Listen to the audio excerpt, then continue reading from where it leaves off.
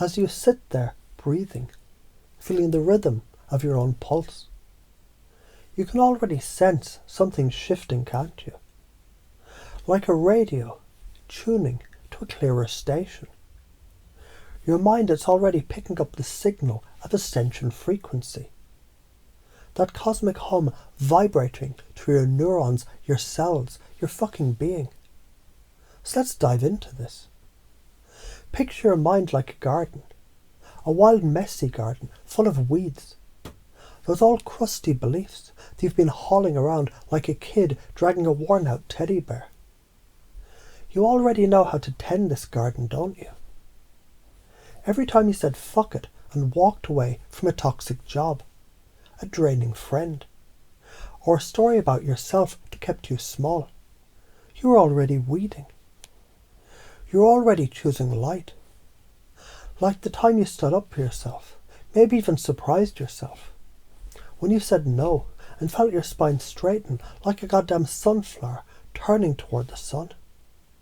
That's you, naturally aligning with Ascension frequency, syncing your neurons to a higher vibe, even if you didn't call it that. Now let's chunk this down real simple, like I'm explaining it to a 5-year-old. Your brain, it's like a toy box full of shiny tools you already use. When you laugh with a friend, mirror their smile and feel that warm buzz in your chest.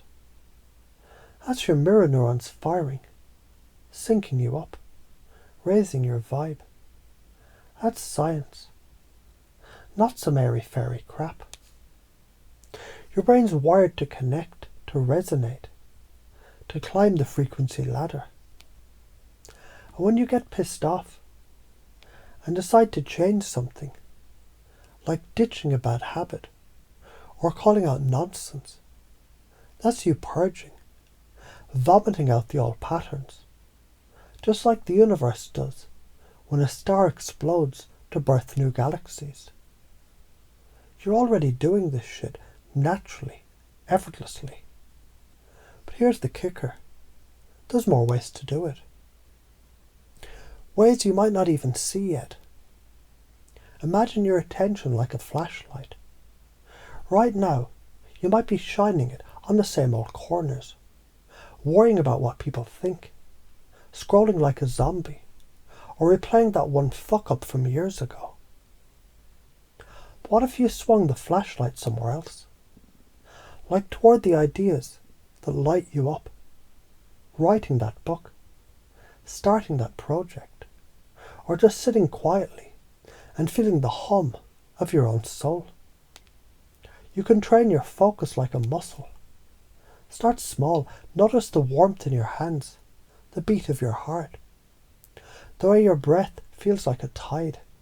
That's you mastering creation, one choice at a time. Why is this important? Because your attention's your superpower. Science backs this up. Neuroplasticity says your brain rewires itself based on where you point that flashlight. Focus on fear. Your amygdala lights up like a Christmas tree, pumping cortisol, keeping you stuck. Focus on possibility.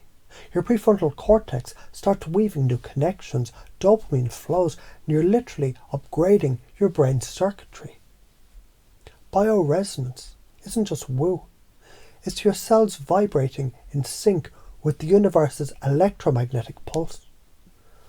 Solar flares hit the magnetosphere, tweak your DNA's antenna, and suddenly you're not just surviving, you're creating.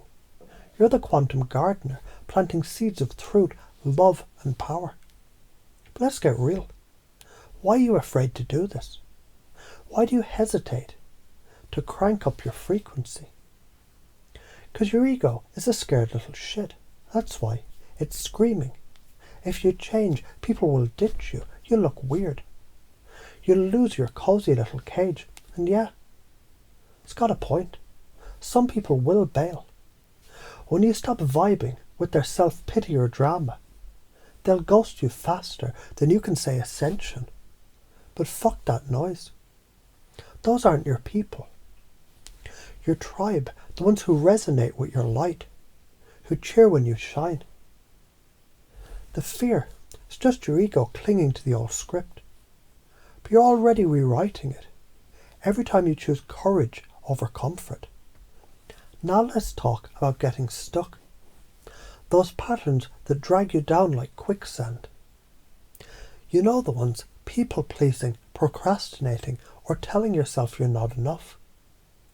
These are weeds choking your garden. And they're not just random. They're habits wired into your brain from years of conditioning. Maybe your parents told you to be nice too many times. Or society said, don't stand out. Those beliefs, they're like shitty software running in the background, draining your battery. The science, your brain loves habits. It's lazy like that. It'll keep running the same loops unless you interrupt them. That's where confusion comes in. When you challenge those old stories, your brain gets flustered, like a computer glitching. That's your chance to slip in a new program, to lead it toward truth. So how do you pace and lead? You meet yourself where you're at. Let's say you're stuck, believing you're not good enough. Pace that. Yeah, I get it. You felt small before, haven't you? Like that time you didn't speak up in a meeting. Or you shied away from a dream. Then you lead, but notice how, even then you kept going. You showed up anyway. That's strength. That's light. That's you already being the sunflower, turning toward the dawn. Link their identity to the outcome. You're not just someone who tries. You're a creator, a fucking force of nature, rewriting your story with every choice. Now, let's extrapolate. What happens if you lean into this? You keep tuning your frequency, mastering your attention, shedding all crap. Your life is like a rocket breaking orbit. You'll feel freer, bolder, more you. Relationships deepen with those who vibe with you. The rest fade away. Your work lights up. Maybe you start that business, write that song, or just walk with a swagger that says, I'm here. Science says your health improves, less cortisol, more oxytocin, better sleep. You're not just living, you're thriving.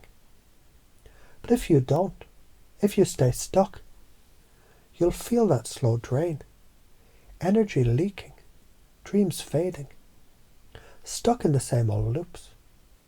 The karma of inaction is stagnation, like a pond turning to sludge.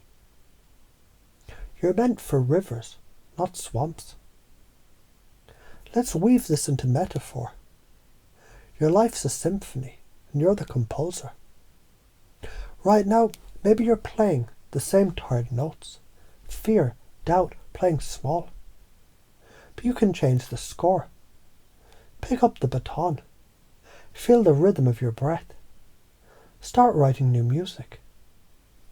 Every time you choose light, you add a soaring violin. Every time you speak truth, a drumbeat echoes. You're already doing this. Think of that moment you helped a friend, or felt that spark of inspiration and acted on it.